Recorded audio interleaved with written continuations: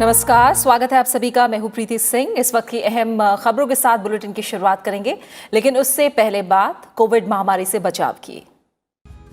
Corona महामारी के खिलाफ पूरा देश एकजुट होकर लड़ रहा है। आप भी हमारे साथ सुरक्षा और बचाव के एहतियाती उपायों का संकल्प लें। अपना मास्क अच्छी तरह से पहनें, 2 गज की दूरी का पालन करें, सुरक्षित दूरी बनाए रखें, साथ ही हाथों को बार बार धोएं।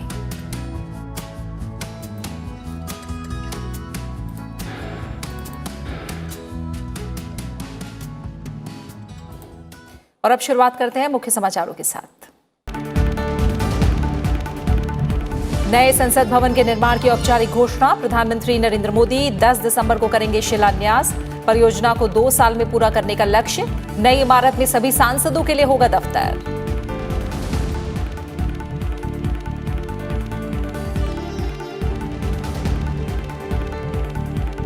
केंद्र सरकार और किसानों के बीच 5वें दौर की बैठक संपन्न। केंद्रीय कृषि मंत्री नरेंद्र सिंह तोमर ने कहा, किसानों की सभी शंकाओं के समाधान के लिए सरकार प्रतिबद्ध। 9 दिसंबर को अगले दौर की बातचीत।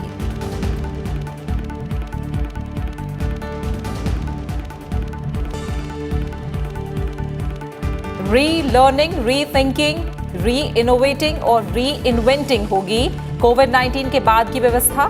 IIT 2020 ग्लोबल समिट में प्रधानमंत्री नरेंद्र मोदी का संबोधन। न्यू वर्ल्ड टेक ऑर्डर के समाधान के लिए बहस, चर्चा और सहयोग की अपील।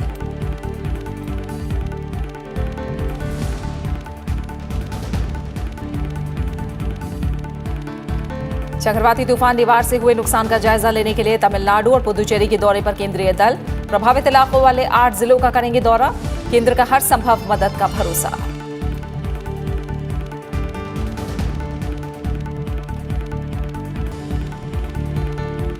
और देश में कोविड के सक्रिय मामलों की संख्या में लगातार गिरावट जारी। 4,10,000 से नीचे आई संक्रमित लोगों की तादाद।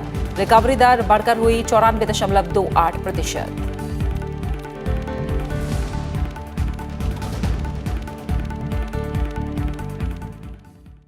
नए संसद भवन का निर्माण शुरू होने की औपचारिक घोषणा हो गई है। प्रधानमंत्री नरेंद्र मोदी 10 दिसंबर को नए संसद भवन का शिलान्यास करेंगे। लोकसभा अध्यक्ष ओम बिरला ने आज इसकी जानकारी दी। उन्होंने कहा कि हमने लोकतंत्र में नई ऊंचाइयों को छुआ है। देश के 130 करोड़ जनता के लिए ये गौरव का विषय है। उन्होंने कहा कि नया संसद भवन हमारे गौरव का प्रतीक होगा। नए संसद भवन का शिलान्यास 10 दिसंबर को 1 बजे प्रधानमंत्री नरेंद्र मोदी के जरिए भूमि पूजन के साथ किया जाएगा। लोकसभा अध्यक्ष ओम बिरला ने इसकी जानकारी देते हुए कहा कि हर राज्य की कलाकृति नए संसद भवन में लगेगी। नया संसद भवन नई तकनीक से लैस होगा। ये भवन भूकंप रोधी तकनीक से लैस होगा। ये भवन आत्मनिर्भर भारत का प्रतीक होगा। कि नए संसद का भवन जिसका शिलान्यास 10 तारीख को 1 बजे माननीय प्रधानमंत्री जी के द्वारा भूमि पूजन के साथ शुरू होगा। आत्मनिर्भर भारत स्वदेशी सब देश की अलग अलग देश की विविधताओं की अलग अलग महत्वपूर्ण वस्तुएं और कई अलग अलग प्रदेश की अपनी अपनी वहाँ की कलाकृतियाँ, वहाँ की विशेष रूप से वहाँ की अपनी द्वारा अपने शिल्पकारों के द्वारा बनाई हुई कई हस्तशिल्प की वस्तुएं भी यहाँ पर लगेगी। लोकसभा अध्यक्ष ने कहा कि नए भवन में लोकसभा सांसदों के लिए लगभग 888 और राज्यसभा सांसदों के लिए 326 से ज्यादा सीटें होंगी। संसद सदस्यों के संख्या की दृष्टि से भी 888 लोकसभा की और 326 से ज़्यादा राज्यसभा की अनुमानित सीटें होगी। और एक साथ हम यहाँ पर 1224 माननीय सदस्य लोकसभा के कक्ष में एक साथ बैठ जाएंगे। लोकसभा अध्यक्ष ने बताया कि सभी सांसदों का अलग अलग ऑफिस होगा जो श्रम शक्ति भवन के पास बनेगा। सभी माननीय सदस्यों को 40 वर्ग मीटर का एक कार्यालय भी उपलब्ध होगा। 2024 तक इसका हमने लक्ष्य रखा है। जो श्रम शक्ति भवन और उसके पास की बिल्डिंग से बनेगा और अंडरग्राउंड में संसद भवन में जाकर निकलेगा, तो ये भी माननीय सांसदों की बहुत पुरानी मांग थी। उन्होंने कहा कि देश की 130 करोड़ जनता के लिए ये गौरव का विषय है। नया संसद भवन हमारे गौरव का प्रतीक होगा। से बेहतर और नई तकनीकी और सुरक्षा की दृष्टि से उपयुक्त भवन होगा जो हमारे गौरव का प्रतीक होगा। ये हमारा भवन ईंट पत्थर का भवन नहीं, ये 130 करोड़ जनता की आशाओं आकांक्षाओं का प्रतीक है, जहाँ पर बैठकर हम सभी माननीय सांसद अपनी अपनी भावनाओं का अभिव्यक्ति करते हैं और वहाँ पर जनता की बात को कहते हैं और लोकतंत्र को मजबूत करते हैं। नए भवन को त्रिकोण के आकार में डिजाइन किया गया है। इसे मौजूदा परिसर के पास ही बनाया जाएगा। 64,500 वर्ग मीटर इलाके के भीतर बनने वाले इस भवन की लागत करीब 971 करोड़ रुपए आएगी।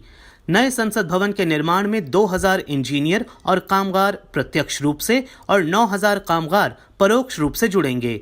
इसे बनाने का जिम्मा टाटा प्रोजेक्ट्स लिमिटेड को मिला है। केंद्र सरकार और किसान संगठनों के बीच 5वें दौर की बातचीत आज दिल्ली के विज्ञान भवन में हुई। कृषि मंत्री नरेंद्र सिंह तोमर ने किसान संगठनों को आश्वासन दिया कि सरकार किसानों की बात सुनने के लिए हमेशा तैयार है। अब 9 दिसंबर को किसानों और केंद्र सरकार के बीच छठे दौर की बातचीत होगी। कृषि मंत्री ने एमएसपी को लेकर किसानों की शंकाओं को निराधार करार दिया। उन्होंने कहा कि एमएसपी जारी रहेगी। साथ ही कहा कि सरकार किसानों की तमाम शंकाओं को दूर करने के लिए प्रतिबद्ध है। उन्होंने कहा कि एपीएमसी और मजबूत हो, इस दिशा में सरकार के लिए जो करना है वो करने के लिए भी सरकार तैयार है। हमने कहा है कि एमएसपी जारी रहेगी। एमएसपी पर किसी भी प्रकार का खतरा और इस पर शंका करना बेबुनियाद है, लेकिन फिर भी किसी के मन में कोई शंका है तो सरकार उसका समाधान करने के लिए पूरी तरह तैयार है। एपीएमसी एक्ट राज्य का है और राज्य की मंडी को किसी भी प्रकार से प्रभावित करने का इरादा न तो हमारा है और ना ही कानूनी रूप से वो प्रभावित होती है। एपीएमसी और मजबूत हो, इस दिशा में सरकार के लिए जो करनी है वह करने के लिए भी सरकार तैयार है।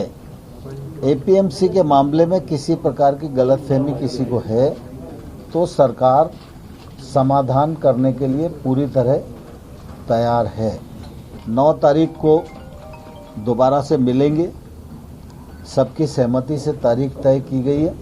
मैं यह आश्वस्त करना चाहता हूं कि प्रधानमंत्री नरेंद्र मोदी जी की सरकार किसानों के प्रति पूरी तरह प्रतिबद्ध थी, है और आने वाले कल में भी रहेगी। केंद्रीय कृषि मंत्री नरेंद्र सिंह तोमर ने प्रदर्शनकारी किसानों से अपील करते हुए कहा कि वो प्रदर्शन करने आए बुजुर्गों और बच्चों को वापस घर भेज दें। मैं आपके माध्यम से बैठक में भी कहा और यहाँ भी कहना चाहता हूँ कि सर्दी का सीजन है, कोविड का संकट है, इसलिए जो बुजुर्ग लोग हैं वे और जो बच्चे हैं उनको अगर यूनियन के नेता आह्वान करके घर भेज देंगे तो वो सुविधा से रह सकेंगे। यह आग्रह मेरा किसान यूनियन से है। इससे पहले पिछले दौर की बातचीत 3 दिसंबर को सौहार्दपूर्ण वातावरण में हुई थी। बातचीत में 40 किसान संगठनों के प्रतिनिधियों ने हिस्सा लिया था। कृषि मंत्री नरेंद्र सिंह तोमर के अलावा वाणिज्य और उद्योग मंत्री पीयूष गोयल और राज्य मंत्री सोम प्रकाश भी बैठक में शामिल हुए थे। और आज हुई बैठक को लेकर ज्यादा जानकारी के लिए हम रुक करेंगे। हमारे संवाददाता रविंद्र सिंह शोरा न्यूज रूम से हमारे साथ जुड़ रहे हैं। रविंद्र, 5वें दौर की बैठक संपन्न हुई है सरकार और किसानों के बीच। एक बार फिर कृषि मंत्री ने कहा है कि सभी शंकाओं के समाधान के लिए सरकार प्रतिबद्ध है। किसानों की क्या निकल कर आया है, क्या ताज़ा अपडेट है इस बैठक के बारे में? जी बिल्कुल प्रति, 5वें दौर की बैठक जो करीब 5 घंटे तक चली है और उसके बाद जब ख़त्म हुई तो किसान नेताओं ने अपनी बात रखी मीडिया के समक्ष और सरकार की तरफ से साफ कहा गया है कि सरकार किसानों के हर मुद्दे पर जो बिंदु पिछली बार यानी कि 3 तारीख को जो बैठक हुई थी जिसमें करीब 7.5 घंटे तक मंथन किया गया था और क्लोज वाइज डिस्कस किया गया था कि किन किन मुद्दों पर किसानों को तकलीफ़ है या क्या क्या मुद्दे हैं जिन पर समाधान की तुरंत ज़रूरत है, उन मुद्दों पर चर्चा की गई थी। आज उसी दिशा में कुछ कदम और आगे बढ़ाए गए। सरकार की तरफ से कहा गया है कि जो मुख्य मांग किसानों की है MSP, उसके साथ किसी भी तरह का खिलवाड़ नहीं किया जाएगा और जिस तरीके से मोदी सरकार के आने के बाद लगातार उसमें बढ़ोतरी की गई है, उसको सुदृढ़ करने की कोशिश की गई है और उसके एम्बिट में ज़्यादा से ज़्यादा किसानों और फसलों को लेकर आया गया है, वो जारी रहेगा और उस पे किसी भी तरह का शंका या जो है किसानों को वो निर्मूल है, निराधार है। उसके लिए मोदी सरकार प्रतिबद्ध है और आने वाले वक्त में MSP को और मजबूती के साथ पूरे देश में आगे बढ़ाया जाएगा। दूसरी बात जो मंडी सिस्टम की बात है, देखिए मंडी सिस्टम जो है वो हरियाणा और पंजाब में बहुत मजबूत मंडी सिस्टम है। इस तरह की बात किसान संगठनों की तरफ से कही गई है और सरकार ने कहा है कि मंडी APMC का जो एक्ट है जो मूल रूप से राज्य सरकारों के तहत आता है, उसका रखरखाव और उसका जो प्रशासनिक अधिकार है वो राज्य सरकारों के पास है, उसको किसी भी तरीके से कमज़ोर नहीं किया जाएगा बल्कि उसके तहत जो खामियां हैं मंडी सिस्टम में उनको दूर करने की सरकार कोशिश करेगी ताकि आने वाले समय में किसान के पास सरकारी और एक प्राइवेट अगर कोई प्लेयर है तो दोनों तरह की मंडी हो और किसान के पास उनमें से बेहतर जो विकल्प है उसको चूज करने का एक ऑप्शन सरकार जो है वो देना चाहती है। आज जिस तरीके से बातचीत चली है उस बातचीत में उसके जो नरेंद्र सिंह तोमर कृषि मंत्री, उन्होंने उसके बाद ये एक अहम जो बात कही कि जिस तरीके से सिंघू बॉर्डर और टीकरी बॉर्डर जो हरियाणा को दिल्ली से जोड़ने वाली जो बॉर्डर्स हैं उन पर किसान बैठे हैं, उनमें बच्चे और बुजुर्ग लोग भी शामिल हैं। तो जिस तरीके से कोरोना महामारी का दौर है और सर्दी का जो प्रकोप इस वक्त है उसके ध्यान में रखते हुए फिलहाल जो किसान संगठन है उनसे उन्होंने अपील की है कि इन लोगों को घर जाने दिया जाए, इनकी हालत जो इनकी जो शरीर है, स्वास्थ्य है, उसको ध्यान में रखते हुए। साथ ही साथ जब किसान संगठनों से हमारी बातचीत हुई तो उन्होंने कहा है कि 8 तारीख का जो भारत बंद उन्होंने बुलाया गया है वो उसको लेकर आगे बढ़ेंगे और साथ ही जो 9 तारीख को जब बातचीत होगी तो उस पर आज की जो बात हुई है अपने संगठनों के साथ आपस में चर्चा करने के बाद वो एक बार फिर से सरकार के साथ बात करेंगे। देखिए सबसे अहम ये है प्रीति कि जिस तरीके से 5 दौर चले हैं और 6ठे दौर में ये बातचीत प्रवेश कर गई है, एक बात स्पष्ट हो रही है कि जिस तरीके से जो स्टिफनेस थी दोनों पक्षों के बीच वो धीरे धीरे खत्म हो रही है और किसी तरीके से समाधान निकाला जाए उसकी तरफ धीरे धीरे जो बढ़ रहे हैं। थोड़ा सा दोनों पक्षों का स्टैंड थोड़ा सा लिबरल हुआ है, लेकिन किसान फिर भी बाहर आकर यही बात कहते हैं कि हम लोग यही चाहते हैं कि सरकार तीनों कानूनों को वापस ले, लेकिन सरकार कह रही है कि बिंदुवार जिस तरीके से जो चर्चाएं हुई हैं उन्हीं चर्चाओं को आगे बढ़ाया जाए और जिन चीज़ों से जिन जो क्लॉजेज हैं, जिन क्लॉजेज से किसानों को ज़्यादा तकलीफ है उनको खत्म किया जाए या उनमें किसी तरह का संशोधन का जिक्र हो। 9 दिसंबर जब अगले दौर की बातचीत होगी सरकार और किसानों के बीच। फिलहाल बहुत बहुत शुक्रिया आपका रविंद्र सिंह शोरा हमारे साथ जुड़ने के लिए, उस तमाम जानकारी को हम तक पहुंचाने के लिए। खबरों में आगे बढ़ेंगे। प्रधानमंत्री नरेंद्र मोदी ने कहा है कि री लर्निंग, री थिंकिंग, री इनोवेटिंग और री इन्वेंटिंग कोविड-19 के बाद की व्यवस्था होगी। IT 2020 ग्लोबल समिट में दिए मुख्य भाषण में प्रधानमंत्री ने कहा कि आज का हमारा काम कल की दुनिया को आकार देगा। प्रधानमंत्री ने यह भी कहा कि आज दुनिया को नए हालात में ढलने के लिए व्यवहारिक समाधानों की जरूरत है। उन्होंने न्यू वर्ल्ड टेक ऑर्डर में समाधान उपलब्ध कराने पर बहस, चर्चा और सहयोग करने का भी आग्रह किया। भारत सरकार रिफॉर्म, परफॉर्म और ट्रांसफॉर्म के सिद्धांत के प्रति पूरी तरह प्रतिबद्ध है। प्रधानमंत्री नरेंद्र मोदी ने शुक्रवार को IIT 2020 ग्लोबल समिट में अपने संबोधन में ये बात कही। उन्होंने कहा कि उद्योग और अकादमिक क्षेत्र की साझेदारी की वजह से महामारी के दौरान बहुत सारे इनोवेशन सामने आए हैं। प्रधानमंत्री ने ये भी कहा कि भारत में कोई भी क्षेत्र सुधारों के दायरे से बाहर नहीं रह गया है। Cutting edge and innovative work is happening across many sectors in India.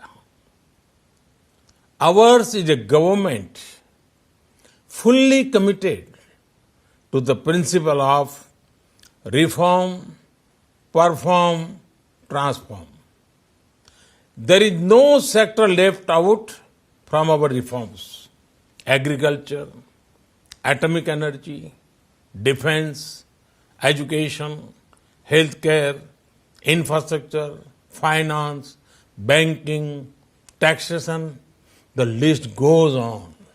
प्रधानमंत्री ने कहा कि कोविड-19 के इस चुनौती भरे वक्त में भारत को रिकॉर्ड निवेश मिला है और इस निवेश का बड़ा हिस्सा तकनीक के क्षेत्र में आया है। प्रधानमंत्री ने कहा कि पैन IIT आंदोलन की सामूहिक ताकत आत्मनिर्भर भारत बनने के लक्ष्य को और मजबूत बना सकती है।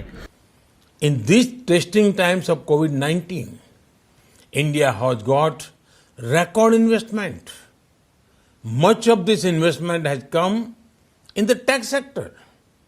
Clearly, the world sees India as a trustworthy and promising partner.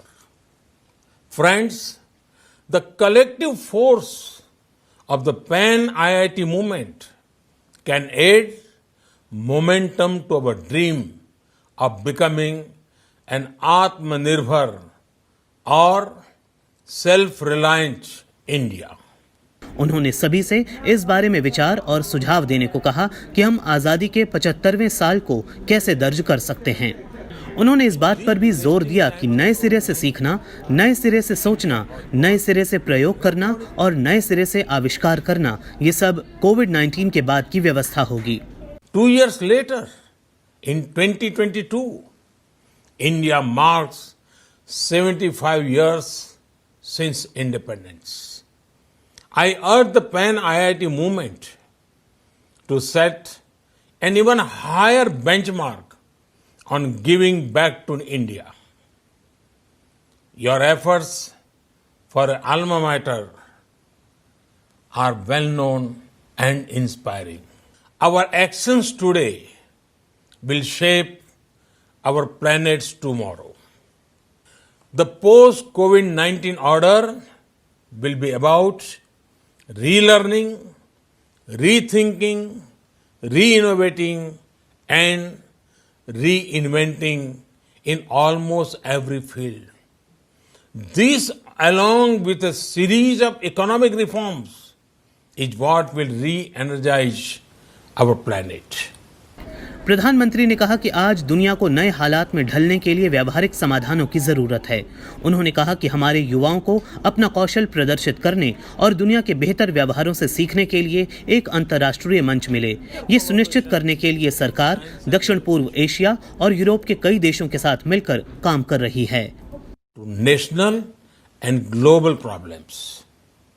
We have been working with many countries in Southeast Asia and Europe in this area.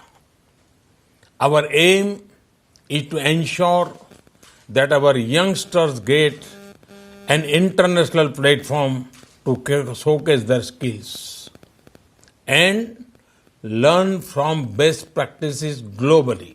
India is witnessing a sea change in the way it works. Things we thought could never happen are being delivered at a great speed. 3 दिन के IIT 2020 global summit का आयोजन pan IIT US ने किया है। ये 20 वर्ष से अधिक पुराना एक संगठन है और 2003 से इस सम्मेलन का आयोजन करता आ रहा है। सम्मेलन में वैश्विक अर्थव्यवस्था, प्रौद्योगिकी, नवाचार, स्वास्थ्य, आवास संरक्षण और सार्वभौमिक शिक्षा जैसे मुद्दों पर चर्चा की जा रही है। Bureau report, Rajya Sabha TV. Jharkhand भी देश के उन राज्यों में शामिल हो गया है जो GST से उत्पन्न राजस्व की कमी को दूर करने के लिए विकल्प 1 को अपनाने जा रहे हैं। सभी 28 राज्यों और विधानसभा वाले 3 केंद्र शासित प्रदेशों ने विकल्प 1 अपनाने का फैसला किया है। झारखंड को जीएसटी की वसूली में आई कमी की भरपाई के लिए विशेष ऋण विंडो के माध्यम से 1,689 करोड़ रुपए हासिल होंगे। झारखंड को ऋण के माध्यम से अतिरिक्त 1,765 करोड़ रुपए की उगाही के लिए अनुमति दे दी गई है। केंद्र सरकार ने जीएसटी के तहत राजस्व की कमी की भरपाई के लिए विशेष ऋण विंडो की व्यवस्था की है। विकल्प 1 की शर्तों के तहत राज्यों को उनके सकल घरेलू उत्पाद के आधा प्रतिशत के बराबर अतिरिक्त कर्ज उपलब्ध कराया जाएगा। ये 17 मई 2020 के आत्मनिर्भर अभियान के तहत राज्यों के सकल घरेलू उत्पाद के 2% तक के कर्ज लेने की अनुमति के अतिरिक्त होगा। यह व्यवस्था 23 अक्टूबर से लागू है। केंद्र सरकार राज्यों की ओर से 5 किस्तों में 30,000 करोड़ रुपए कर्ज ले चुकी है, जिसे विकल्प 1 चुनने वाले राज्यों और केंद्र शासित प्रदेशों को दिया जा चुका है।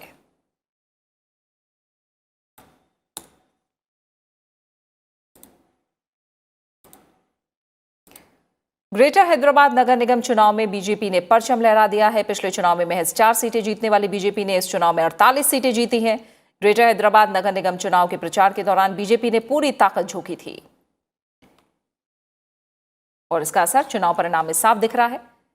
जीएचएमसी चुनाव में सत्तारूढ़ टीआरएस के खाते में 55 सीटें गई हैं। चुनाव में टीआरएस को खासा नुकसान हुआ है, जिसने पिछले चुनाव में 99 सीटें जीती थी, लेकिन इस बार वो बहुमत से बहुत दूर है।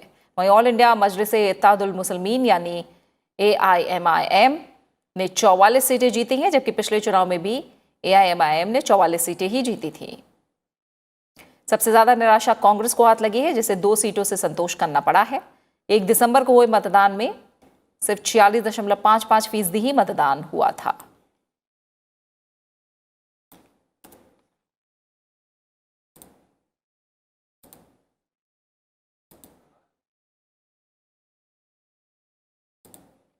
बोडोलैंड क्षेत्रीय परिषद के चुनाव के पहले चरण का चुनाव प्रचार आज थम गया।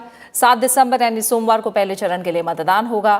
पहले चरण के तहत बक्सा और उदालगुड़ी जिलों में आने वाले 21 निर्वाचन क्षेत्रों में चुनाव कराया जाएगा। 7 दिसंबर को मतदान सुबह 7:30 बजे शुरू होगा और शाम 4:30 बजे समाप्त होगा। दूसरे चरण के लिए 10 दिसंबर को वोटिंग होगी और इसके लिए प्रचार अभियान जारी है। दूसरे चरण में कोकराझार और चिरांग जिलों में पड़ने वाली 19 सीटें शामिल हैं और अगर जरूरत पड़ी तो पुनर्मतदान 8 और 11 दिसंबर को होगा। वोटिंग के दौरान कोविड-19 संबंधी दिशा निर्देशों का सख्ती से पालन किया जाएगा। वोटों की गिनती 12 दिसंबर को सुबह 8 बजे से होगी। बोडोलैंड क्षेत्रीय परिषद में कुल 40 सदस्य हैं। परिषद के लिए पहले 4 अप्रैल को चुनाव होना था, लेकिन कोविड-19 की स्थिति के मद्देनजर इन्हें टाल दिया गया। नामांकन दाखिल करने और उनकी जांच की प्रक्रिया 20 मार्च तक पूरी हो गई थी। 27 अप्रैल को परिषद का कार्यकाल खत्म होने के बाद से राज्यपाल जगदीश मुखी की देखरेख में कामकाज हो रहा है।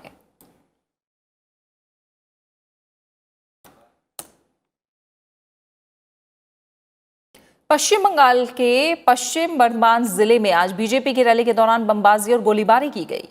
आसनसोल में बीजेपी की ओर से एक रैली आयोजित की गई थी, जहां ये हिंसक झड़प हुई। हिंसा में शामिल लोगों ने बम फेंके और कई घरों में तोड़फोड़ की। झड़प के दौरान कुछ लोग घायल भी हो गए। केंद्रीय मंत्री और आसनसोल से सांसद बाबुल सुप्रियो ने आरोप लगाया कि इस घटना के पीछे स्थानीय टीएमसी नेताओं का हाथ है।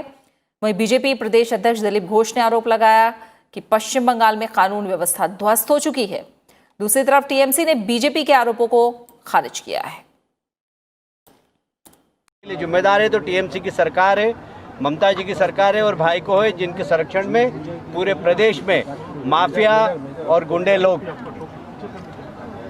अराजकता फैला रहे हैं और इसके खिलाफ हमारा जंग जारी रहेगा। हम प्रजातंत्र की स्थापना के लिए संघर्ष करते रहेंगे।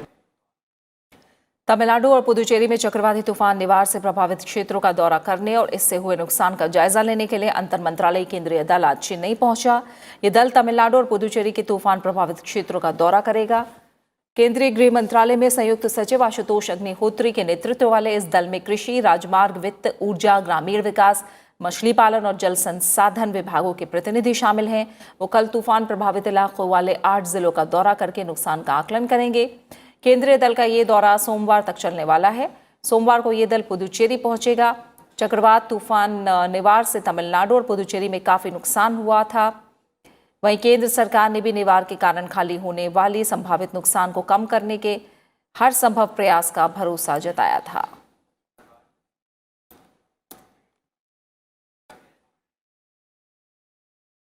कोरोना संक्रमण के दैनिक मामलों की तुलना में अधिक दैनिक रिकवरी के ट्रेंड की वजह से देश में सक्रिय मामलों की संख्या में लगातार गिरावट आ रही है। अब ये 4,09,000 के पास जा पहुंचा है। ये बीते 136 दिनों में सबसे कम है। 22 जुलाई को कुल मामले 4,11,133 थे। देश में कोरोना संक्रमण की पुष्टि वाले रोगियों की दैनिक संख्या पिछले 28 दिनों से लगातार 50,000 से नीचे चल रही है। पिछले 24 घंटे में करीब 36,552 नए मामलों की पुष्टि हुई, जबकि 42,533 रोगी इलाज के बाद स्वस्थ हुए हैं। इसके साथ ही अब तक 90 लाख से अधिक लोग ठीक हो चुके हैं। देश में स्वस्थ होने की दर भी बढ़कर 94.28% हो गई है। इस समय देश भर में स्वस्थ हुए लोगों की संख्या इलाज करा रहे रोगियों की तुलना में 22 गुना से अधिक है। फिलहाल देश में सक्रिय मामले 4.26% हो गए हैं। अभी 4,09,000 के करीब लोगों का इलाज चल रहा है। स्वास्थ्य मंत्रालय के मुताबिक बेहतर स्वास्थ्य सुविधाओं की वजह से मृत्यु दर में भी गिरावट आई है और ये 1.45% हो गई है। पिछले 24 घंटे में कोरोना महामारी से 512 रोगियों की जान गई है। इसके साथ ही मृतकों का आंकड़ा 1,39,000 से ज्यादा हो गया है। हालांकि वैश्विक स्तर पर भारत में प्रति मिलियन जनसंख्या में सबसे कम मृत्यु के मामले हैं। आईसीएमआर के मुताबिक शुक्रवार को 11,57,000 से अधिक कोविड नमूनों की जांच के साथ अब तक 14,58,85,000 नमूनों की जांच की जा चुकी है। देश में इस समय प्रति 10 लाख की आबादी पर विश्व स्वास्थ्य संगठन के निर्धारित मानक के 5 गुना परीक्षण किए जा रहे हैं। Bureau report, Rajya Sabha TV. Ahmedabad की दवा निर्माता कंपनी जायडस कैडिला को कोविड की दवा के तीसरे चरण के परीक्षण की मंजूरी मिल गई है। ये परीक्षण देश भर में 25 केंद्रों पर किए जाएंगे और परीक्षण में 250 रोगियों को शामिल किया जाएगा। कंपनी ने इस दवा के दूसरे चरण के परीक्षण पिछले महीने पूरे कर लिए थे। कंपनी का दावा है कि दवा की सिर्फ एक खुराक से ही रोगियों को काफी फायदा मिलेगा। इसके अलावा कंपनी ने कोरोना के टीके के दूसरे चरण का परीक्षण भी पूरा कर लिया है और उसके परिणामों का विश्लेषण किया जा रहा है।